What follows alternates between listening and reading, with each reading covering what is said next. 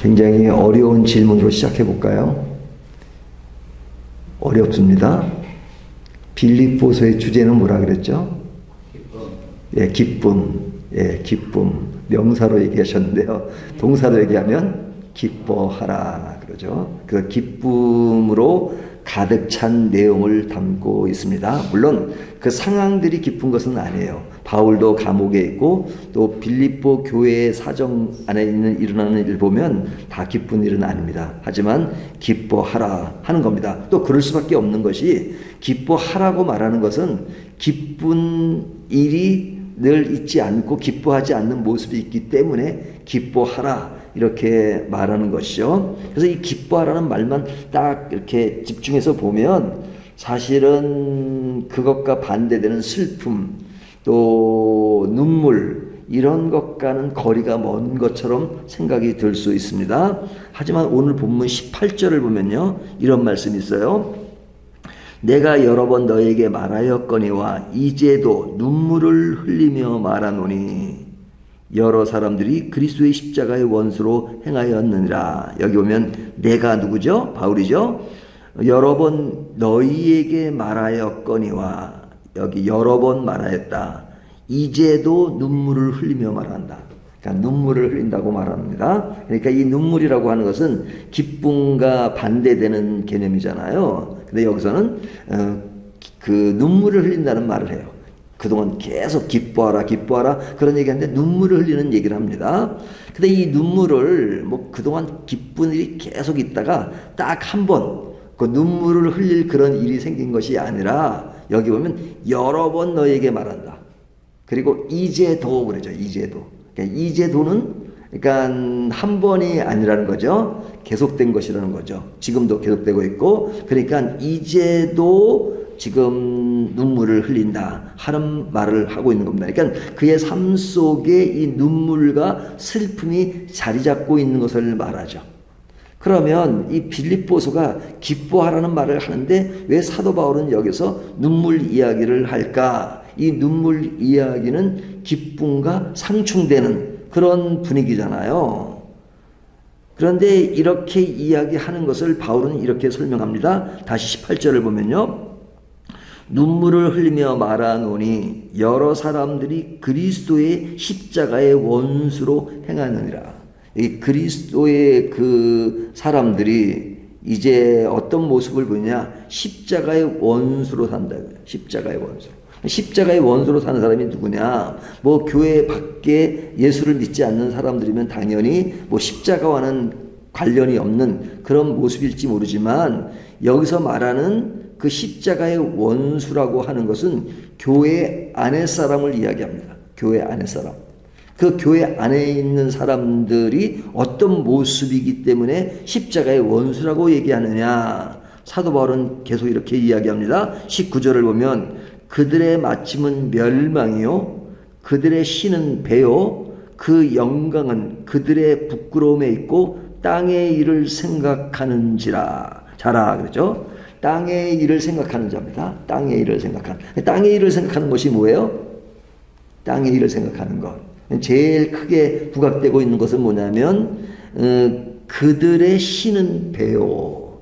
제가 이게 먹는 걸 하도 좋아해가지고 제가 좀 찔리긴 하는데요. 그들의 배는 신이요. 그러니까 여기 배는 이렇게 바다 위로 떠다니는 배가 아니라 이제 우리가 이렇게 항상 고민하고 있는 그 배입니다. 오늘도 몇 센치가 늘었나 고민하는 그 배. 이거 언제쯤 빠지나 하는 그 배입니다.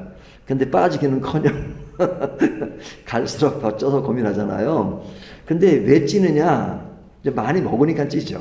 뭐 어떤 분은 많이 먹어도 안 찌는 분이 있다고 하는데 참 그런 분들은 좀 부럽긴 한데 또 어떤 의사들은 또 그것이 꼭 좋은 건 아닙니다. 뭐 이렇게 말하기도 하는데요. 하여튼 여기서 말하는 그 배는 그런 사람들이 이렇게 먹는 것에 치중한 삶, 먹는다는 것은 음식을 뭐 좀 더 먹는 그 정도의 상황을 얘기하는 것이 아니라 삶 자체가 늘 먹고 마시고 즐기고 하는 여기에만 연연된 것이 뭐냐면 땅의 일을 생각하고 내 인생의 욕망, 내 인생의 만족 이것만 생각하는 삶을 산다 이거죠.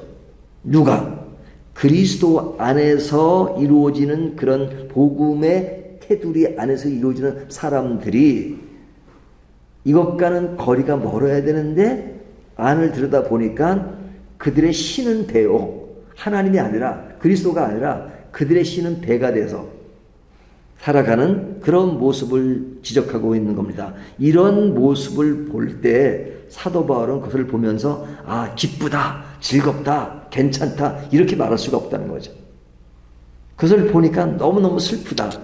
그것도 교회 밖이라면 당연히는 아니지만 뭐 그런 거 뭐 그냥 그러니까 원래 그렇다 생각하는데 교회 안에서 이루어지는 사람들의 모습 속에 자기의 신이 배가 되는 그런 모습을 보면서 아, 좋다, 기쁘다 이렇게 말할 수가 없다는 거죠.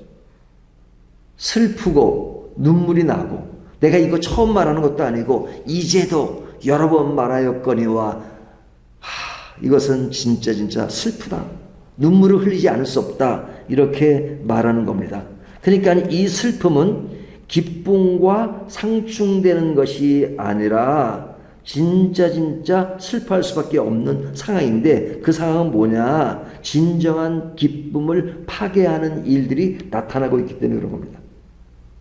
기뻐하는 일로 점철된 그런 상황이 늘 이루어졌으면 좋겠는데 세상은 그렇다 하더라도 교회 안에서만큼이라도 그렇게 되기를 원하는데 교회 안에서 이루어지는 일들이 그 기쁨을 파괴하는 그런 슬픈 모습을 자아내게 되는 그런 것이 안타까워하는 그 바울의 모습을 지금 보여주고 있습니다. 자, 이런 상황 속에서 바울은 이런 것에 대해서 어떤 대안책을 내놔야 되지 않습니까? 그냥 단순히 슬퍼만 할 수 없잖아요. 또 단순히 슬퍼하는다고서 그냥 슬픔 자체를 가라앉히고 아, 그렇지만 기뻐하라 이렇게 말할 수도 없잖아요. 이 문제를 해결해야 돼요. 그 해결하는 것이 뭐냐? 17절을 보면요.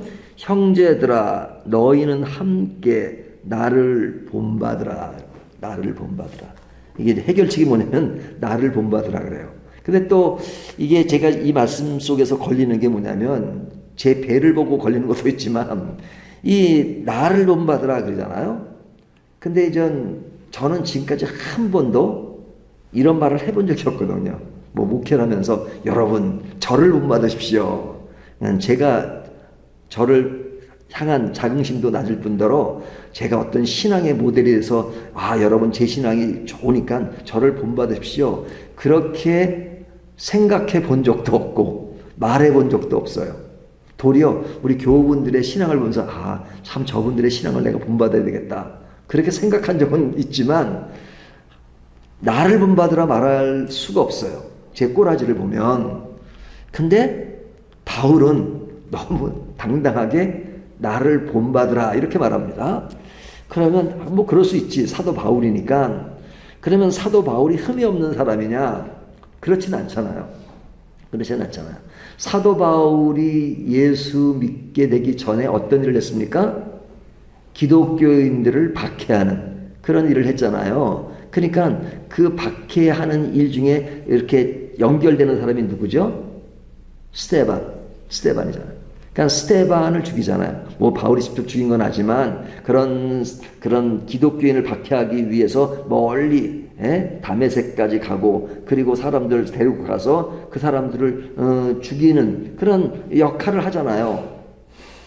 그러니까 그것만 보면 좀 뭐 그렇게 덕스러운 모습은 아니잖아요. 그냥 사도 바울의 과거에 그런 일이 있었습니다. 그러면 뭐 그때는 예수를 믿기 전이니까 그럴 수밖에 없다. 하지만 예수 믿은 이후에 바울은 완전하냐? 그렇지 않죠. 바울이 싸운 기록이 나오죠. 누구와 싸우죠? 바나바와. 마가 때문에 마가를 선교지에 데려갔는데 마가가 도망갔습니다. 그러니까 이 바나바가 마가의 삼촌이잖아요. 그러니까 그 마가를 다시 이제 데려가자 하니까 사도 바울이 어떻게 그 마가를 데려갈 수 있느냐. 그래서 그때부터 바나바와 싸운 이후로부터는 그 바울과 바나바가 동행하는 일이 끝쳐버립니다. 근데 그 성경적인 표현에 심히 다퉜다 그래요. 심히 다퉜다고. 근데 바울을 고상하게 보니까 심히 다투니까 뭐 다투는 것도 고상하게 싸웠겠지. 그렇게 생각하려지 보지만 바울은 인간이 아닌가요? 바울은 똑같은 인간. 그래서 바울은 같은 성정을 가진 그런 표현을 쓰잖아요. 그러니까 바울도 인간입니다. 뭐 다툴 때 뭐 이 새끼 저 새끼 했겠죠. 바울이라도. 그러니까 이런 모습을 보면 바울도 완전한 사람이 아니죠. 완전하지도 않은데 어떻게 사람들 앞에서 나를 본받으라 이렇게 말할 수 있을까? 자기의 삶의 영역 그리고 행동의 모든 영역을 본받으라는 것이 아니라 본인이 하나님께 속한 자가 되었는데 그 속한 자가 된 것을 본받으라는 얘기입니다. 내 어떤 삶의 형태, 태도 이런 것을 다 본받으라는 것이 아니라 내가 하나님께 속한 자가 돼 있는 것을 본받으라 하는 겁니다. 이 말을 다르게 얘기하면 20절을 보면요. 그러나 우리의 시민권은 하늘에 있는지라. 우리의 시민권이 어디에 있다고요? 하늘에 있는 자. 그러니까 사도 바울이 자기의 고향, 자기 나라에 대한 어떤 민족성, 민족의식 그런 것이 약한 것이 아닙니다. 사도 바울은 어느 선까지 얘기하냐면 내가 저주를 받을지언정 내 동족 이스라엘 사람들이 구원받기를 원한다고 말까지 했어요. 그만큼 애국심도 있고 나라에 대한 사랑이 있어요. 하지만 그 사도 바울이 지금 나가 속한 것에 그 강조점을 이야기하면서 나를 본받으라 그러면서 우리의 시민권은 하늘에 있는지라 그러죠. 하늘에 있는 시민권. 그러니까 이 하늘에 있는 시민권은 내가 속한 나라에 대한 것을 약화시키는 것이 아니라 진짜 본질은 어디냐. 우리 진짜 어디로부터 왔느냐 하는 것을 강조하잖아요. 그 강조점은 어디냐. 하나님 나라다 이거죠. 하나님 나라. 그러니까 이 하나님 나라의 시민권. 그러니까 하나님 나라의 시민권이기 때문에 그 나라의 가치관과 그 나라의 질서와 그 나라의 그 삶의 태도를 가지고 살아가는 것이 일차적이다. 그러면 이 세상에서 사는 것은 뭐냐? 어찌 보면 어떤 시인이 말한 것처럼 우리는 이 세상에 소풍 온 것 같죠. 소풍. 그래서 이 표현을 다르게 쓴 것이 뭐냐면 나그네라는 표현을 씁니다. 나그네. 우리는 인생을 나그네로 산다 그러죠. 나그네로 산다. 그러니까 이 시민권, 하늘의 시민권과 이 세상에 사는 그런 내가 속한 나라의 시민권 이것이 이렇게 하나로 이렇게 딱 연결되면 좋은데 살아가다 보면 항상 마찰이 생겨요. 하나님 나라의 가치와 내가 속한 나라의 가치가 맞지만 않고 이것이 좀 어떤 괴리감도 있고 좀 더 다른 길을 가기 때문에 그럴 때 오는 그런 어려움이 있어요. 그 어려움을 어떻게 표시하느냐. 내 본향은 하늘나라고 이 세상은 나그네로 왔다. 그러니까 나그네로서 겪는 것을 이야기하고 하나를 오늘 보면서 특별히 강조하는 것은 뭐냐면 운동 경기로 얘기합니다. 운동 경기. 그러니까 경주하는 자로 비유하죠. 경주하는 자로. 그러니까 여기서 경주하는 것은 오늘날에는 이 스포츠가 뭐 많잖아요. 뭐 종류가 많잖아요. 야구, 축구, 배구, 뭐 농구 뭐 이런 거 많잖아요. 하지만 이 당시만 해도 사실은 그렇게 종목이 많지 않았잖아요. 그때 가장 많이 알려진 운동 경기라면 달리는 거잖아요. 달리는. 예? 마라톤이라든지 또 빠른 달리기. 뭐 다른 운동들 창던지기 뭐 이런 것도 있었겠지만 가장 많이 알려진 것은 아마 사도 바울이 그것을 염두에 두고 얘기했을 겁니다. 달려가는 것. 근데 이 경주를 하는 그 운동 선수가 경주를 할 때 뛸 때 그 아주 마지막 지점 가야 될 그 지점을 위해서 앞을 보면서 굉장히 열심히 달리고 있잖아요. 열심히. 그러니까 열심히 단다는 것은 뭐예요? 내가 그 목표를 향해서 계속 가는 거죠. 목표. 그러니까 하늘의 시민권을 가진 사람이 이 세상을 나그네로 살지만 경주하는 자처럼 그런 내가 끝까지 가야 할 그 아주 본질적인 그 지점까지 바라보고 가듯이 그 목표를 봐야 된다. 그 목표를 향해서 가야 된다. 그것이 뭐냐면 나그네로 사는 사람이지만 내 집은 본향, 그것으로 가는, 내가 지금 나그네로 있지만 내가 갈 곳은 내 본향 집이다. 그것이 하늘나라의 시민권을 내가 가지고 있으니까 내 본향 집이니까 그리 가는 그런 삶의 태도와 모습으로 나는 인생을 살아간다 하는 것이죠. 그냥 이 세상을 살아가지만 우리는 어느 나라의 가치관을 갖고 살아요? 하나님 나라의 가치관을 갖고 산다는 것이죠. 그래서 그 가치관으로 살 때 이 세상에 겪는 어려움들이 있지만 그 어려움들을 극복하고 살아요. 그 극복하고 사는 과정 속에 나타나는 것이 눈물이에요. 그러니까 그 눈물의 문제를 다시 한번 눈물에서 기쁨으로 승화시키는 그런 역할을 하려니까 더 눈물이 나는 겁니다. 역설적인 얘기지만. 왜?